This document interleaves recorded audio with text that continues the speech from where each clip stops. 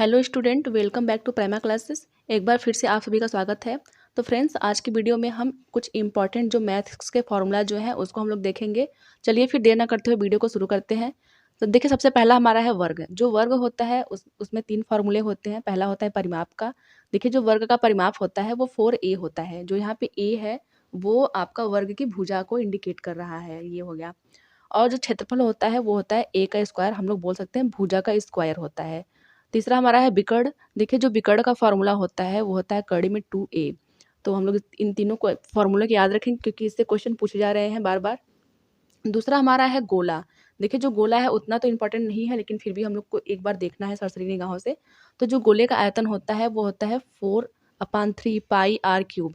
देखिए, यहाँ पे जो आर है वो गोले की त्रिज्या को दिखा रहा है। ये जो गोले की त्रिज्या है उसी को दिखा रहा है आर। वहीं अगर हम लोग संपूर्ण पृष्ठ की बात करें तो होता है 4 पाई आर स्क्वायर। गोले का संपूर्ण जो पृष्ठ है वो होता है 4 पाई आर स्क्वायर। फिर से आर जो है वही त्रिज्या को इंडिकेट कर रहा है। आगे हमारा है, देखिए तीसरा हमारा है आयतन। जो सॉरी आयत। जो देखिए आयत होता है उसका जो क्षेत्रफल होता है वो होता है लंबाई गुणे चौड़ाई। जो आयत का क्षेत्रफल होता है वो क्या होता है, ये हमारा हो गया आयत।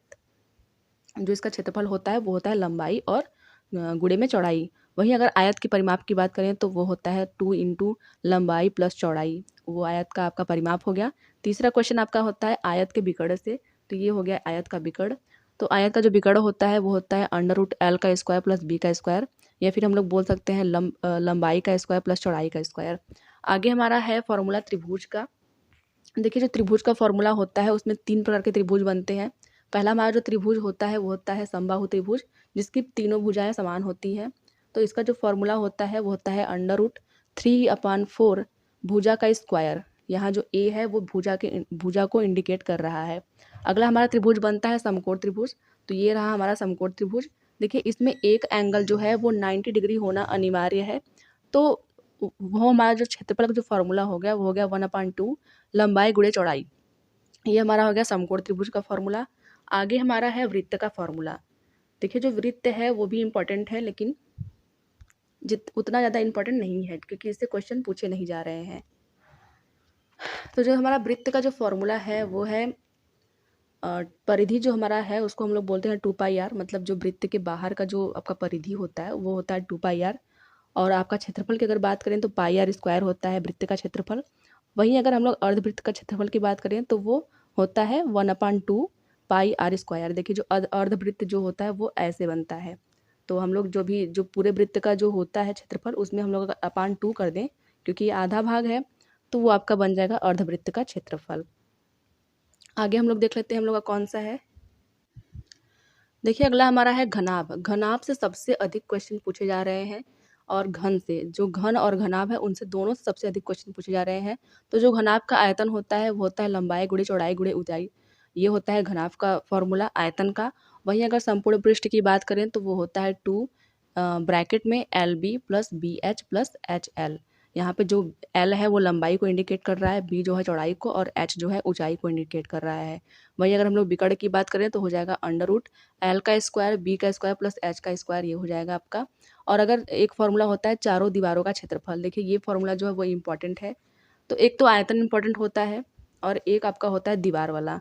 तो जो चारों दीवारों का जो क्षेत्रफल होता है वो होता है 2 कोष्टक में लंबाई प्लस चौड़ाई इंटू ऊंचाई। जो ऊंचाई होती है वो गुणे के फॉर्म में होती है यहाँ पे।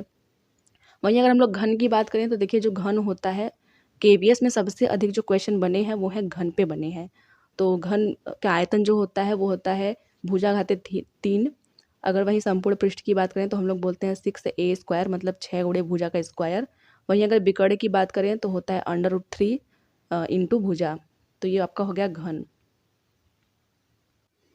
देखिए, अगला हमारा फॉर्मूला जो है वो है बेलन का फॉर्मूला। तो बेलन के फॉर्मूले से तीन जो इम्पोर्टेंट फॉर्मूला है वो है बेलन का वक्र पृष्ठ। तो जो बेलन का जो वक्र पृष्ठ होता है, मतलब ये हमारा हो गया बेलन। ये जो हमारा है वो बेलन हमारा है। तो इसका जो वक्र पृष्ठ हो गया वो आपका है 2 पाई आर एच। अगर वहीं आयतन की बात करें तो आयतन हमारा है पाई आर स्क्वायर H। और अगर संपूर्ण पृष्ठ की बात करें तो वो होता है 2 पाई आर H प्लस आर। देखिए, यहाँ पे जो आर है वो बेलन का जो ये त्रिज्या है, गोले वाले भाग का जो त्रिज्या है उसको इंडिकेट कर रहा है। अगर वहीं H की बात करें तो बेलन की ऊंचाई को इंडिकेट करता है H। अगर शंकु की बात करें, शंकु का भी फॉर्मूला बेलन से मिलता जुलता रहता है। जो शंकु की जो तिरछी ऊंचाई होती है, ये मान लीजिए ये हमारा शंकु है, तो जो इसकी तिरछी ऊंचाई होती है, ये वाली ऊंचाई होती है, वो कितनी होती है? तो वो होती है कड़ी में एच का स्क्वायर प्लस आर का स्क्वायर। तो ये आपका हो गया। जो तिरछा जो पृष्ठ होता है वो होता है पाई आर एल। वहीं अगर हम लोग संपूर्ण पृष्ठ की बात करें तो होता है पाई आर ब्रैकेट में एल प्लस आर। देखिए यहाँ पे जो एल है वो लंबाई को डिनोट कर रहा है, जो एच है वो ऊंचाई को डिनोट कर रहा है, और वहीं जो आर है वो त्रिज्या को डिनोट कर रहा है।